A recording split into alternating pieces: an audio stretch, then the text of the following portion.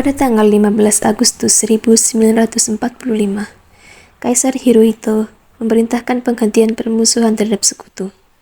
Setelah sebelumnya, yaitu pada tanggal 14 Agustus 1945, sekutu menjatuhkan bom atom di kota Hiroshima dan Nagasaki. Berita tentang gencatan senjata yang dilakukan oleh Jepang ini disiarkan di radio Jepang dari Tokyo. Ternyata, siaran tersebut tertangkap di Indonesia, dan Sultan Syahrir mendengarnya.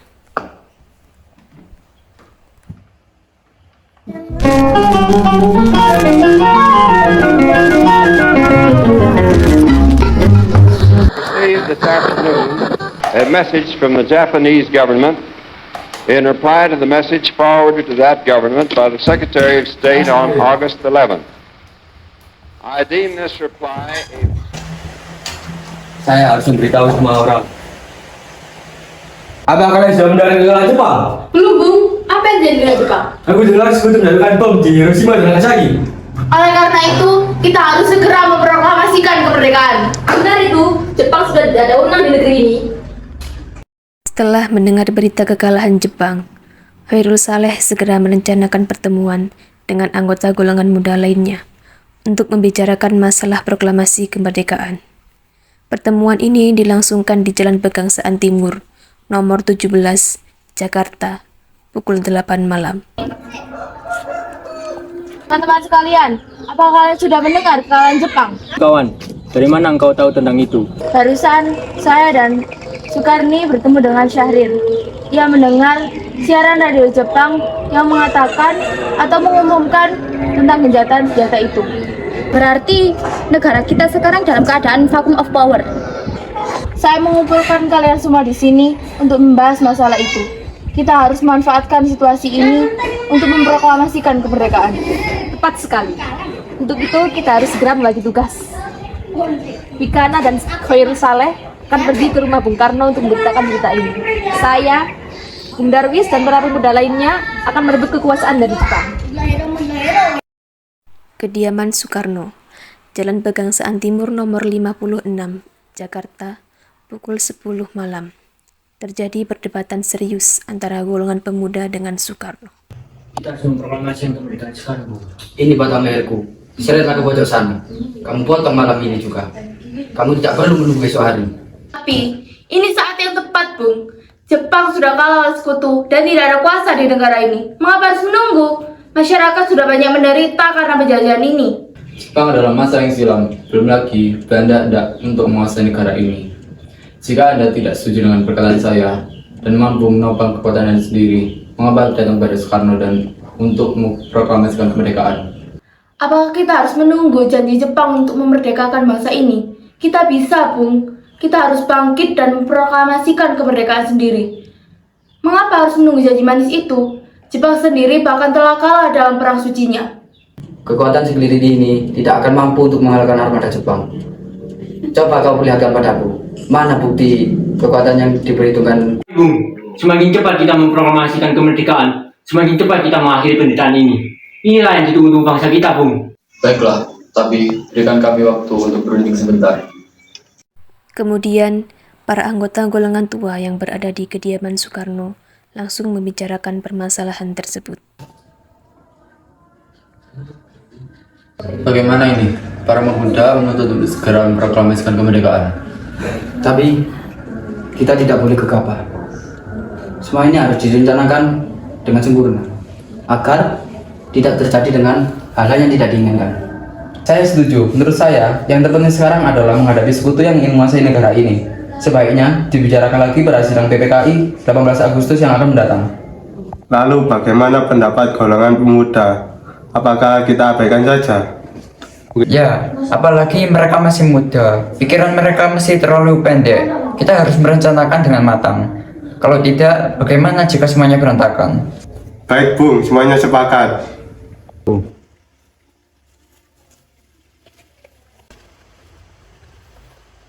Setelah berunding tadi, kami tidak akan tergesa-gesa mengenai proklamasi.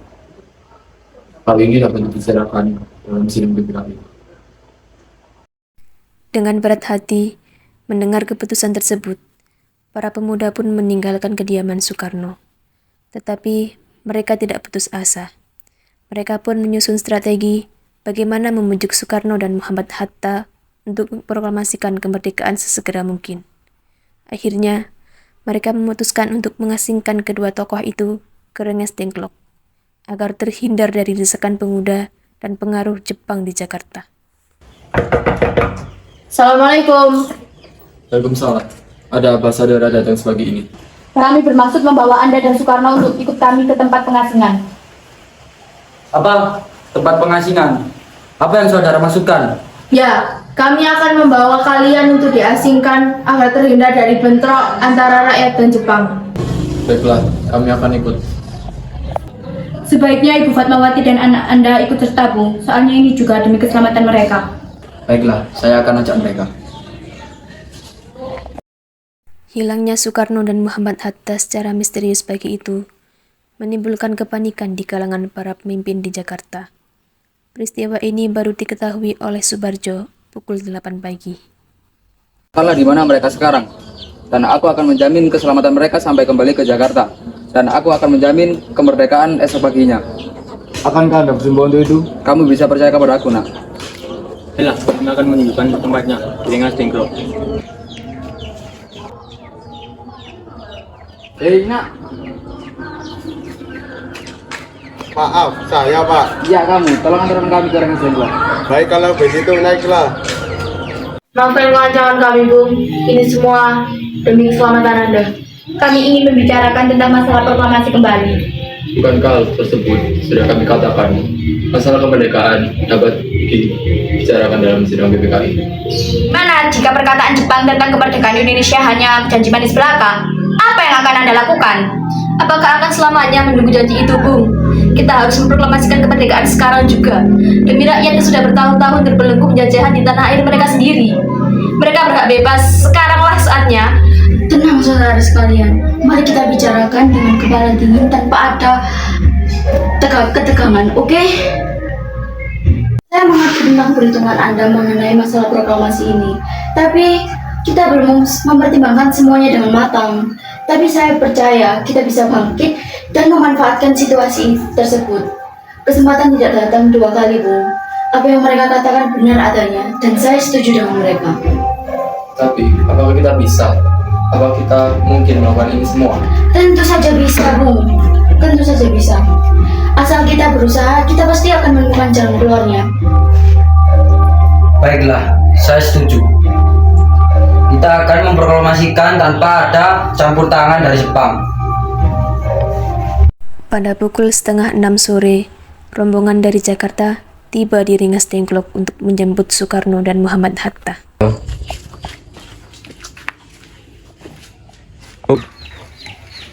Syukurlah kalian semua baik saja. Bagaimana keputusannya? Kami setuju. Tidak ada yang salah. Kami dapat campur tangan Jepang. Kapan kita akan melaksanakannya? Bagaimana jika besok? Semua pemuda di Jakarta semuanya sudah siap. Sudah menunggu. Ya, kita akan laksanakan itu semua. Tanggal 16 Agustus 1945, pukul 11 malam, rombongan tiba di Jakarta. Bagaimana kita membicarakan masalah proklamasi untuk mendeklarasikan kemerdekaan kita? Kita butuh tempat untuk membahasnya, Bung. Tetapi hari sudah malam dan pihak Jepang tidak akan mengizinkan kita untuk melakukan kegiatan sekarang. Apalagi jika mereka mau tahu kita akan bahas proklamasi hari ini. Saya punya ide. Bagaimana kalau kita pinjam rumah perwira Jepang lalu semana mereka?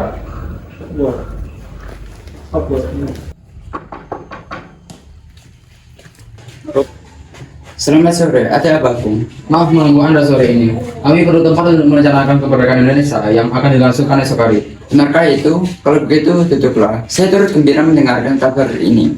Silakan gunakan ruangan yang kalian butuhkan. Saya akan pergi untuk istirahat dulu. Terima kasih, Perwira. Perumusan teks proklamasi dilakukan di rumah makan Maeda. 3 eksponen pemuda yaitu Soekarni, Sudiro, dan BM Diah menyaksikan Soekarno, Muhammad Hatta, dan Ahmad Soebardjo membahas perumusan naskah proklamasi. Acara perumusan naskah proklamasi berjalan lancar. Tidak ditemukan kesulitan untuk menemukan rumusan yang tepat. Sebagai hasil pembicaraan mereka bertiga, diperolehlah rumusan yang ditulis tangan oleh Soekarno.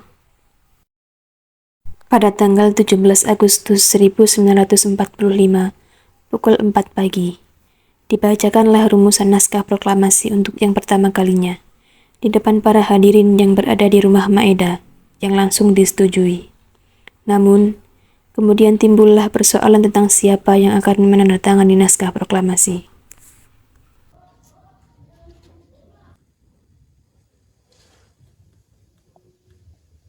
Menurut saya, naskah ini sebaiknya jangan ditandatangani oleh anggota PPKI.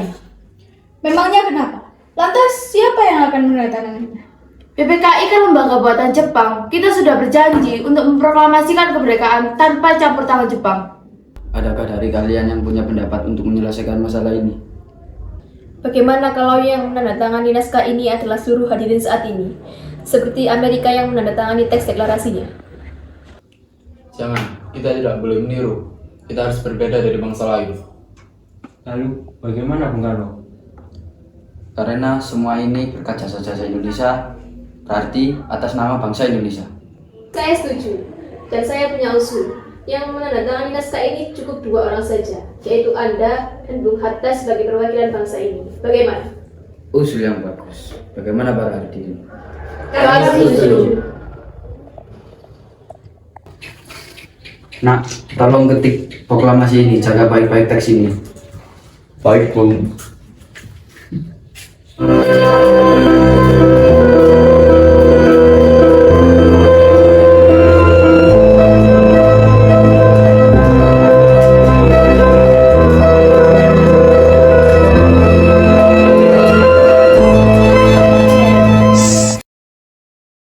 Sayuti Malik pun mengetik teks tersebut. Semua persiapan proklamasi rampung pada pukul 4:30 pagi. Lalu, semua hadirin pulang ke rumah masing-masing dengan perasaan gembira. Kemudian, para pemuda mengirimkan kurir-kurir untuk menyampaikan bahwa saat proklamasi telah tiba. Mereka juga mengatur pelaksanaan penyiaran berita proklamasi kemerdekaan, menyebarkan beberapa pamflet ke penjuru Jakarta dan sekitarnya. Pengeras suara diusahakan adanya. Semua dilakukan agar rakyat dapat turut menyaksikan momen paling berharga untuk bangsa Indonesia. Alhamdulillah semua sudah berjalan dengan lancar. Terima kasih Ibu telah menemaniku di saat yang cukup menguras energi ini. Iya, terima kasih Gusti Allah telah memberikan jalan pada bangsa kita untuk memproklamasikan kemerdekaan. Oh iya Pak, apakah kalian sudah merencanakan proklamasi esok hari? Sudah, kita akan mengibarkan bendera dan diiringi lagu Indonesia Raya karya Bung Supratman. Bukankah kita belum punya bendera? Lantas bagaimana? Pun ya ampun sampai lupa. Bagaimana kalau Ibu saja yang menjahit benderanya? Tapi Ibu tidak punya kain. Kan yang ada hanya kain merah dan putih. Apa tidak apa-apa? Tidak apa-apa, yang penting kita sudah menyediakannya. Baiklah. Dan Ibu punya ide. Bagaimana kita namakan saja benderanya Sang Saka Merah Putih? Ide yang bagus. Sang Saka dan warnanya merah putih menjadi Sang Saka Merah Putih. Baiklah, sebaiknya Bapak sekarang istirahat sana. Tanah airku tidak kulupakan, kan terkenang selama hidupku. Biarpun saya pergi jauh, tidak akan hilang dari kalbu. Tanahku yang ku cintai, engkau ku hargai.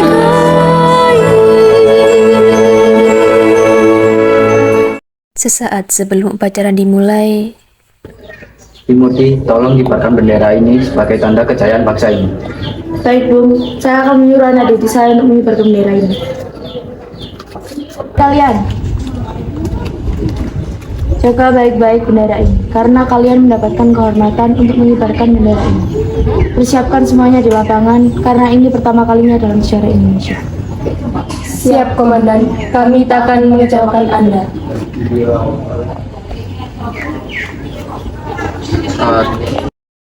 tiba saatnya upacara proklamasi kemerdekaan Indonesia. Tokoh-tokoh pejuang Indonesia telah hadir di lokasi. Di antaranya yaitu Alexander Andries Maramis, Haji Umar Said Cokro Aminoto, Otto Iskandar Dinata, Ki Hajar Dewantoro, Muhammad Tabrani, dan lain-lain. Suasana menjadi sangat hening. Soekarno dan Hatta dipersilahkan maju beberapa langkah dari tempat semula. Soekarno mendekati mikrofon. Dengan suaranya yang lantang dan mantap, Soekarno pun membacakan pidato pendahuluan sebelum beliau membacakan teks proklamasi.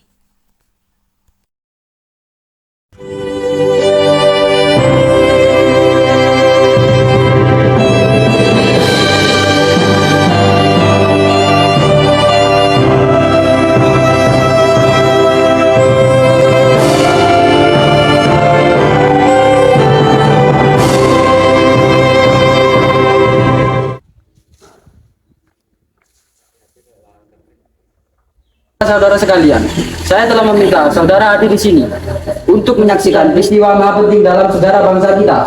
Berpuluh-puluh tahun kita bangsa Indonesia telah berjuang untuk merdeka. Bahkan telah beratus-ratus tahun lamanya gelombang aksi kita tidak putus dalam berjuang untuk kemerdekaan negeri ini. Kita jatuh, bangun, menyusun kekuatan untuk menggapai cita-cita Indonesia bebas dari penjajahan bangsa lain. Semalam kami para pemuka-pemuka rakyat Indonesia dari berbagai penjuru bergabung untuk memusyawarahkan dalam pemusyawaratan itu, sehingga berkata inilah saatnya bagi kita untuk mengobarkan api revolusi kemerdekaan Indonesia. Proklamasi kami. Proklamasi kami bangsa Indonesia dengan ini menyatakan kemerdekaan bangsa Indonesia. Hal-hal yang mengenai pemindahan kekuasaan dan lain-lain diselenggarakan dengan cara seksama dan dalam tempo yang sesingkat-singkatnya. Jakarta, 17 Agustus 1945. Atas nama bangsa Indonesia, Soekarno-Hatta.